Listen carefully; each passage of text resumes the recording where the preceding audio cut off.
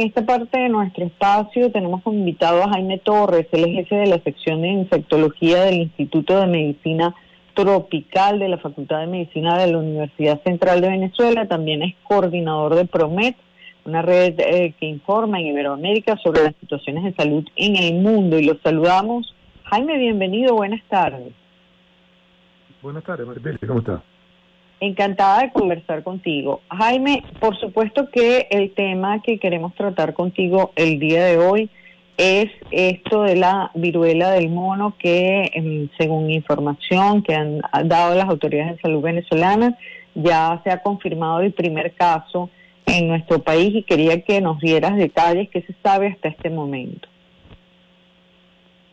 Sí, la información disponible es la que se suministró en el comunicado, que básicamente es un viajero venezolano procedente de España, que había estado en la ciudad de Barcelona, donde aparentemente refiere haber tenido 2 contactos, aunque en el comunicado no está claro, pareciera explícito que fueron 2 contactos sexuales que tuvo en Barcelona, donde hay casos de viruela del mono reportados con alguna frecuencia en este brote actual. Y fue detectado aparentemente por los controles sanitarios en el aeropuerto. Lo que uno asume es que el paciente de alguna manera o tenía fiebre o tenía algún malestar obvio, y ellos, digamos, hicieron algún examen más completo al llegar al país y detectaron que tenía lesiones sugestivas de la enfermedad y se hizo la confirmación. Afortunadamente, estábamos en capacidad de tener el diagnóstico hecho en un laboratorio de referencia del Instituto de Higiene. Aparentemente también había habido una reunión recientemente regional en Brasil, donde se entrenó personal de diferentes países para el diagnóstico de la infección, entre ellos personal de Venezuela, y hubo la facilidad de que inmediatamente se pudiera hacer la confirmación. Esto realmente, esto que explicas es muy positivo porque, bueno, permite que este caso, al haber sido detectado inmediatamente, pues la parte más importante de todo esto es evitar que otras personas se vayan a contagiar. Pero perdón que interrumpa, Maripile, de hecho creo que sería el primer caso que yo conozco, por lo menos, que se ha detectado a nivel de vigilancia en aeropuertos. Porque no es fácil, o sea, en general los casos que tú puedes detectar en un viajero que está entrando al país, o es porque el viajero espontáneamente, digamos, refirió los síntomas en la encuesta que se le hace, o es porque en la vigilancia se detectó que estaba con fiebre, que tiene alguna cosa, y se hizo el examen posterior. O sea, que yo sepa, no es el primer caso que se detecta a nivel internacional en este brote en la vigilancia de un aeropuerto. Ya. Ahora, fíjate una cosa. Con respecto a esto de la viruela del mono, quería hacerte varias preguntas. Primero, ¿en qué se diferencia o cuán distinta es esta llamada viruela del mono de la clásica y conocida enfermedad de la viruela que la mayoría de nosotros, sobre todo las personas mayores, algún día recibimos esa vacuna? Las personas más jóvenes no la recibieron porque, bueno, teóricamente esa enfermedad ya estaba extinguida en el mundo, pero las personas más viejas, todas tenemos esa vacuna, o casi todas tenemos esa vacuna. Entonces, ¿en qué se diferencia esa viruela tradicional, no sé si llamarla así, de esta nueva enfermedad que están denominando, que se está denominando a nivel de la prensa viruela del mono? Sí, es interesante que hasta el nombre de la enfermedad pareciera no apropiado. O sea, se llama viruela del mono porque se describió originalmente en unos monos de laboratorio, de hecho, en Europa. Pero la enfermedad básicamente es una enfermedad de roedores, de animales silvestres que no son primates, que no son del grupo de los monos, y el mono es como un accidente en la cadena de transmisión. O sea, no es la fuente principal, ni es el reservorio principal de la enfermedad, sino son estos pequeños animales y roedores. Los virus que causan la viruela en diversas especies animales, incluyendo el humano, son distintos. O sea, son virus que han evolucionado, digamos, para adaptarse a algunos huéspedes. Por ejemplo, la viruela humana no tenía huéspedes del humano, aunque se ha encontrado posteriormente algunos pocos animales que pueden, digamos, que son susceptibles a la vacuna de la viruela, por cierto que es distinta al virus original, pero la viruela humana como tal no tenía reservorios animales, lo que facilitó que se eliminara. Era una enfermedad muy agresiva, muy virulenta, como dicen los médicos, y el porcentaje de muerte de todos los que se infectaban era muy alto, 40% o hasta más de todos los que se infectaban, y con muchas secuelas de los sobrevivientes. En el caso de las viruelas de animales, cuando infectan al humano, porque no es la única, hay viruelas o hay virus de viruela de la vaca, de caballo, de algunos otros animales que pueden infectar al humano también ocasionalmente. Son infecciones mucho más limitadas en el número de lesiones que causan con menos complicaciones. Y en esta variedad específica de la viruela del mono hay dos tipos del virus que circulan en los países donde la enfermedad se transmite regularmente, en África. Son dos variedades distintas del virus. Una que ocurre en la parte central de África ecuatorial, que es la República Democrática del Congo, por ejemplo, y Zaire, etcétera, y la que ocurre en la parte occidental, que es la que estamos viviendo en este momento. La de la parte occidental, afortunadamente, es una variedad del virus menos agresiva, que se asocia con un porcentaje de muertes mucho más bajo. De hecho, en este brote en particular, hasta ahora no ha habido ningún muerto de más de 1.200 o algo así, casos que se han confirmado hasta ahora. Y tiene un menor número de lesiones por eso se complican menos las personas. Entonces, dentro de todo, es algo que uno esperaría que no tuviera las implicaciones graves de una epidemia, por ejemplo, de viruela, que hubiera sido mucho más, digamos, el impacto muchísimo mayor, la cantidad de muertes mucho mayor. Entonces, eso es una gran diferencia. En principio, esta mal llamada viruela del mono no es, en principio no se considera letal. Bueno, sí, puede ser, dependiendo de la variedad. La variedad que ocurre en la parte central de África tiene hasta un 10% de lo que uno llama letalidad. Letalidad es el porcentaje de personas que mueren de cada 100 que se infectan. Eso tiene que ver probablemente con la población, con las características incluso nutricionales, el acceso a atención médica, etcétera. La cepa que está diseminándose ahorita en muchos países, que es la de África Occidental, que se origina en Nigeria fundamentalmente, tiene una mortalidad en los países de origen, en África, menor del 1%. Y como decía, en todos los casos que han ocurrido hasta ahora en los países donde la enfermedad no es endémica, donde no existe en forma regular, no ha habido ningún muerto hasta ahora. Ok.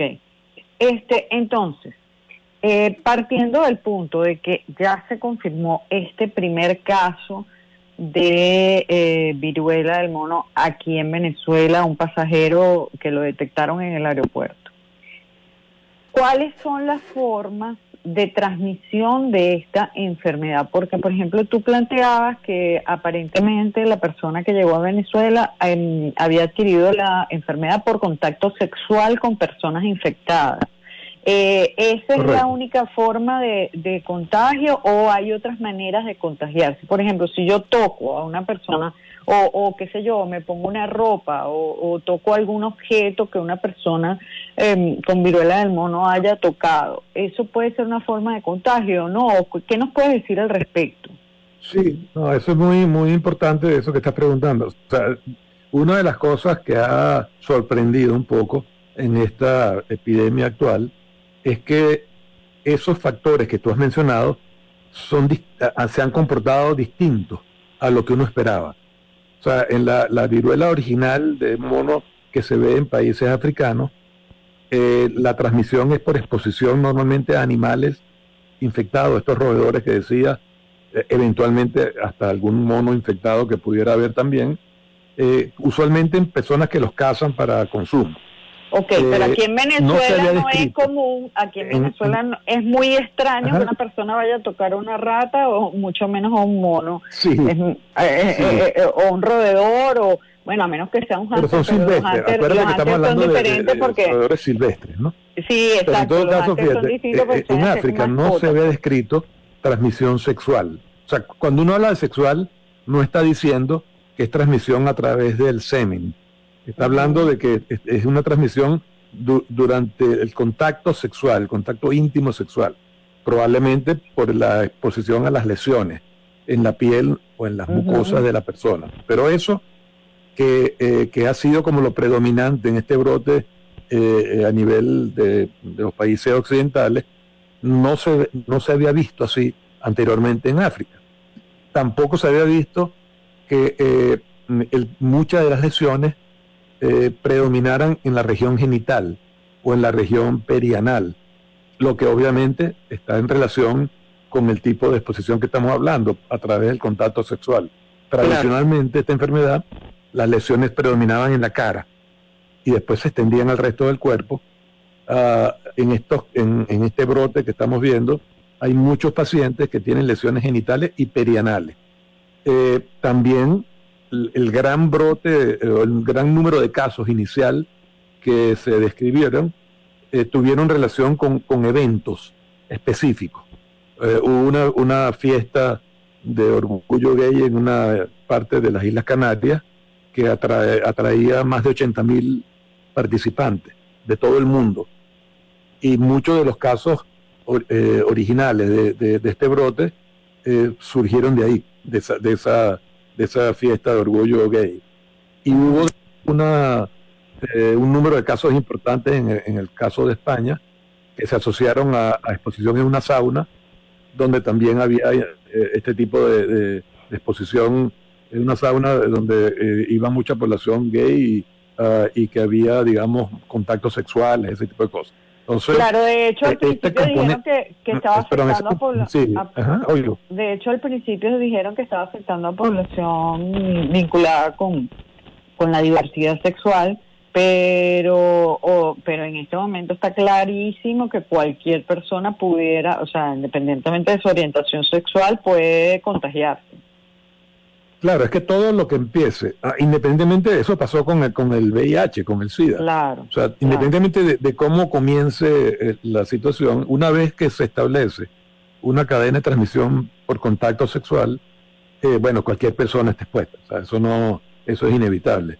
Entonces, independientemente de que inicialmente muchos de los casos sí tienen todavía esa vinculación con relaciones de tipo homosexual o bisexual, y haber estado expuesto a múltiples parejas sexuales, uno de los problemas justamente que ha surgido con este brote, para contenerlo, es que por el mismo hecho de que ocurrieron estos eventos o estas situaciones donde las personas podían estar expuestas a múltiples contactos con personas desconocidas, que no tiene datos.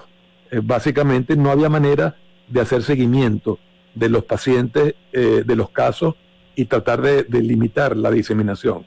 Y ahora, eso es uno de los problemas que ha ocurrido a diferencia, por ejemplo, del VIH, que se transmite directamente por los fluidos corporales de la actividad típica de la actividad sexual, en el caso de esta viruela del mono, se puede transmitir por contacto piel a piel, o sea, no necesariamente tiene que haber actividad sexual. No, de hecho, esa es la vía normal o más común.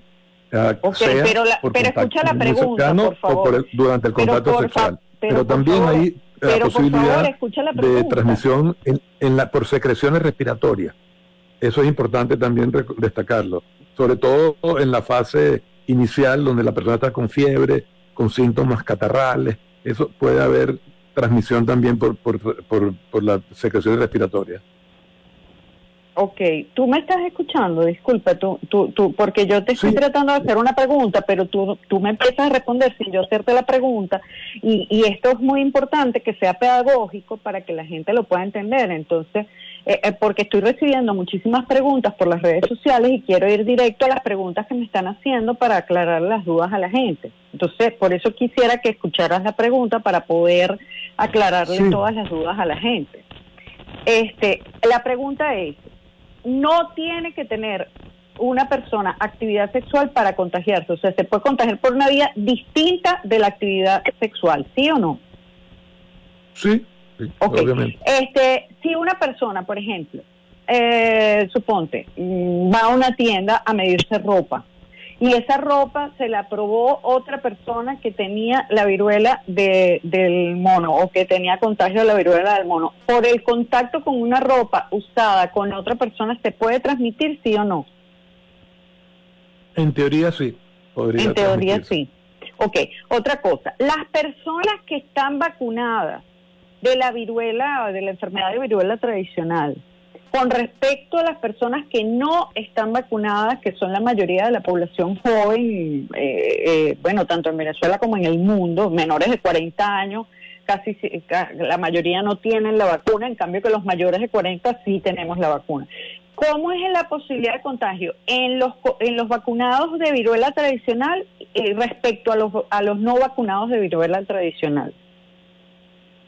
No pareciera que digamos, la protección a infectarse sea tan duradera. Se estima que debe estar alrededor de unos 5 años apenas después que uno se coloca la vacuna, pero lo que sí casi seguramente es un hecho es que las personas que se han vacunado van a tener en todo caso una forma más leve de la infección y con menos complicaciones, pero no va a impedir esa vacunación antigua que se infecten necesariamente. Aquí en Venezuela, ¿qué más o menos qué porcentaje de personas estaría vacunado contra la viruela tradicional?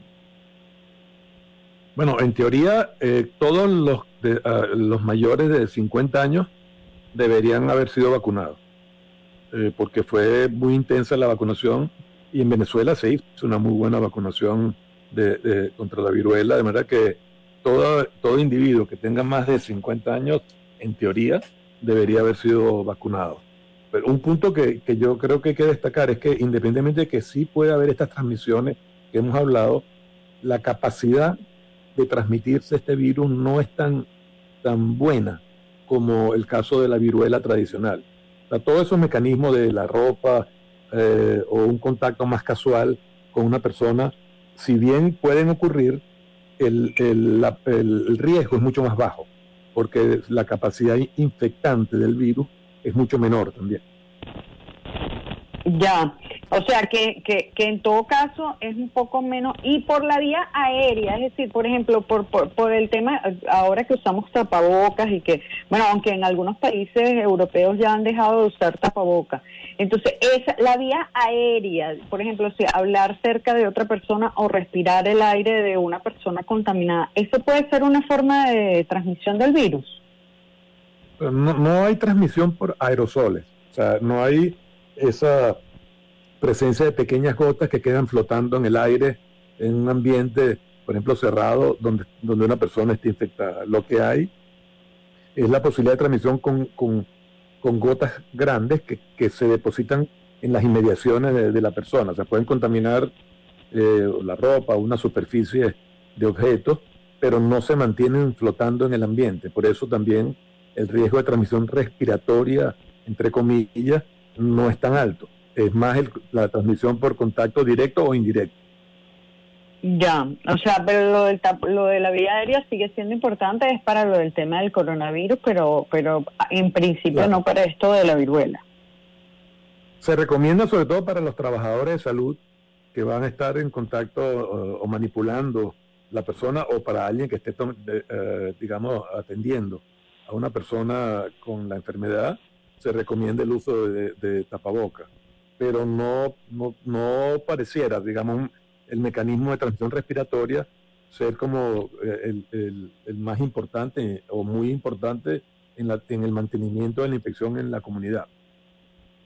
Y si una persona toca objetos no sé, artículos de cocina, una mesa, una silla o algo que haya sido tocado por una persona que haya tenido la viruela del mono?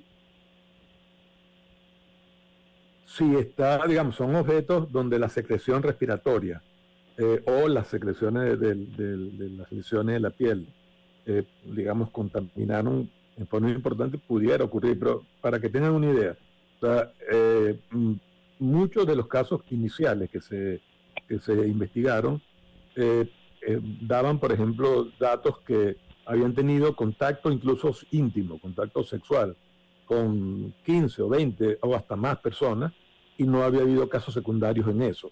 Claro, O sea, pero el riesgo es más bajo, mucho más bajo de lo que la gente se imagina, por cualquiera de estas vías.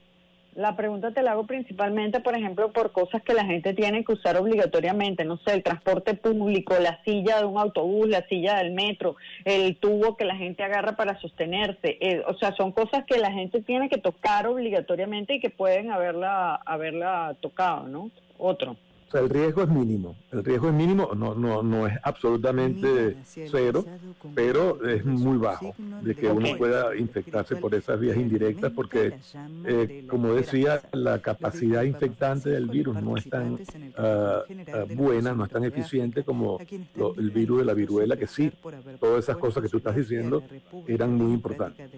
Ya, bueno, te agradezco mucho, Jaime, que hayas estado con nosotros y que nos hayas brindado toda esta información tan importante sobre la viruela del mono. Muchas gracias. Gracias.